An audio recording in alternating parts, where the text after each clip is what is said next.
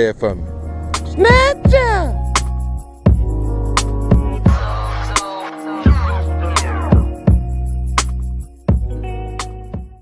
What's going on, you guys? It's your boy Bat Roast Natural. We're back with another video.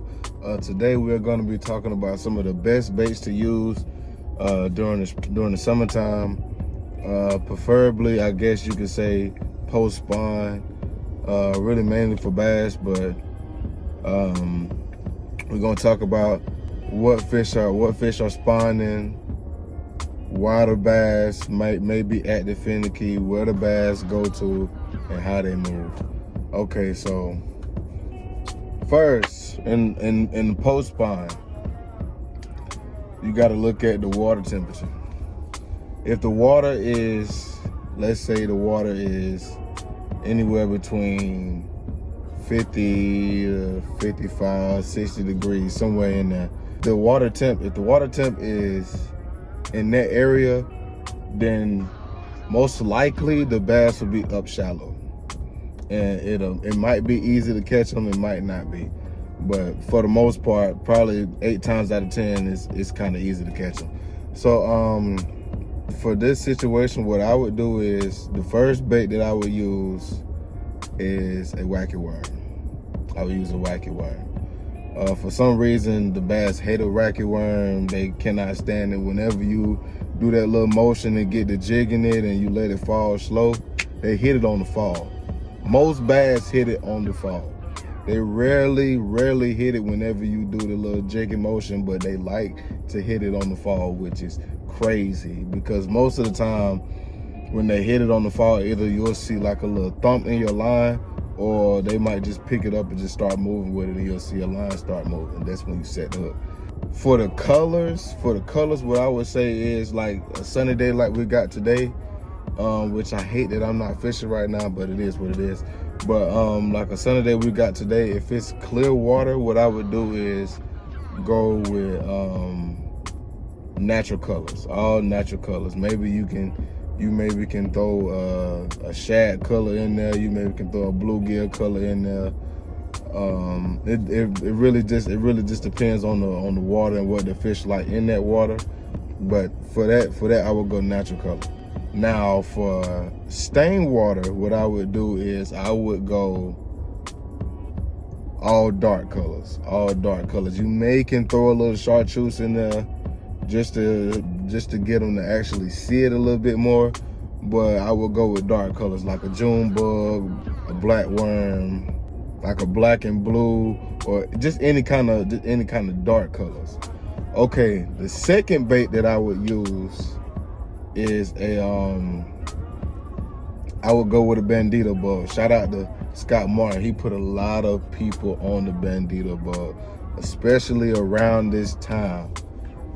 Them bass absolutely love them things. I don't know what it is. I don't know if it's in the design or if it's in the scent, but for some reason the Bandito bug, especially when they're coming off the bed, or because it really differs from the water, like I say, because some bass are still on the bed and finna come off, and some bass are just roaming around.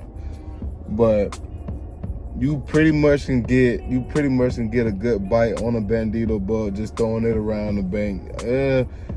You can, if you want to, you can test the waters on throwing it out in the middle, but it really doesn't do too much. But throwing it along the bank somewhere, like where there's cover, like wood, or if it's like a brush pile, or if it's just a bunch of grass, a Bandito bug is definitely killer. And the colors are the same for the wacky worm. The third bait that I would go with, especially in the morning time, I would go with some kind of top water bait. If it's a grassy fishery, automatically frog. Automatically, it's a frog, because try to throw let's say you try to throw a buzz bait in there, or if you try to throw a whopper plopper in there, or if you try to throw a popper in there, or if you try to throw a jitterbug in there, you will get frustrated by picking up all that grass. It's no point. You just need a frog. Go ahead and do what you do with the frog, and I promise you will get a bunch of hits. Now the time frame, I would say, is as soon as the sun come up, or like right before the sun come up till about 9:30ish, 10 o'clock. I have caught some bass on top water in the afternoon, but it's really, really rare. It's really rare. I would use a frog. Now, if you're fishing a rocky pond or a rocky fishery, then that's when you can go the whopper plopper.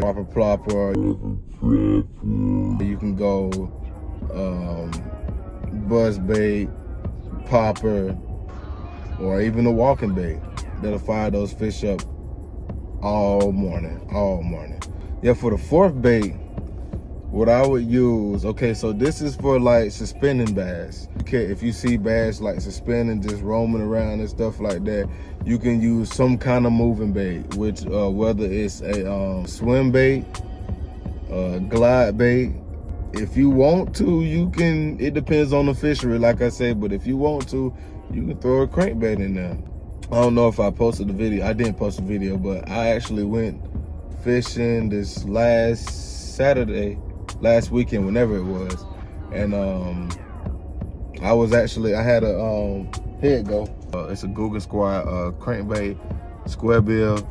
Now what it's called, I don't know, but it does resemble a bluegill. It does resemble a bluegill. And I was getting a couple of hits there, and I actually, which is crazy, I actually hit a bluegill on this bait. Blew my mind. But anyways, like I said, if you want to throw that around just to see if you can get like a reaction bite, or if the fish want a moving bait, crankbait, swim bait, glide bait, which is basically a swim bait, but people call it a glide bait, but it's basically a swim bait. Even you can throw a spinner bait in there. You can even throw a chatterbait in there, depending on what the fish want. But some kind of moving bait. Preferably me, what I would go with is a glide bait or like a mag draft, something in that sort. Now, disclaimer, please don't get on me. I have not caught any fish on a glide bait or a mat draft, but I have had a bunch of followers. I actually missed, well, no, I take that back. I've had one bite. I've had one or two bites, but for some reason, I think I need to change my treble hooks on my glide bait and my mad draft. But I actually lost my PB. I lost my PB on a glide bait. It was the XPS Bass Pro brand edition. It was bone color. It was all white. They call it bone, but it's an all white glide bait. I lost my PB on it. That's another time, because I don't want to get into that because I'll get pissed. But preferably I would go with a glide bait or a mat draft, something in that sort. Okay, so the fifth bait, I would have to go with a trick worm. Why I say a trick worm? Because around this time, for some reason, and shout out to my uncle, a Fish Reaper. He actually shown me why a trick worm in the summertime is very, very deadly. Y'all might have heard me tell this story plenty of times, but at my childhood pond, I call it my childhood pond because I've been fishing this since I was 5 years old.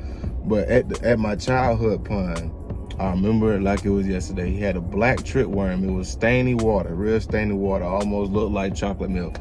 But he was fishing this cove with a black trick worm. Up in the cove, he said he just let it drag on the bottom. I don't think he was using a weight at all. I think he was just dragging it along the bottom real slow.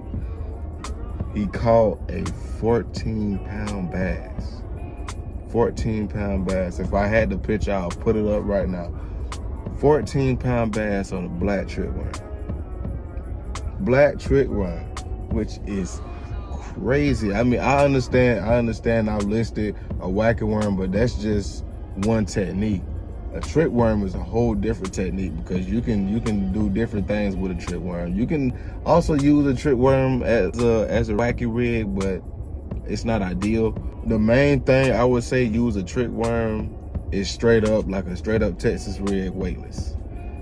You would get a bunch of bites on the trick worm around this time. One of my homeboys, shout out Tate, he called himself the hog catcher, something like that. But I gotta give it to him. The boy catch some hog. He had a blue trick worm. We was at one of my buddy's ponds, real small pond. He had a blue trick worm on.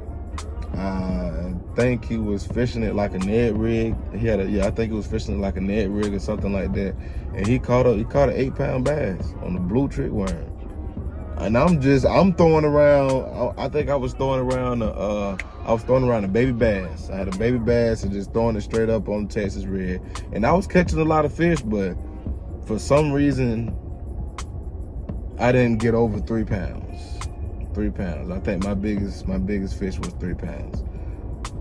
He comes out the blue and throws in the exact same spot that I've been throwing the last 10 minutes with the blue trick worm and nails an 8-pound bass.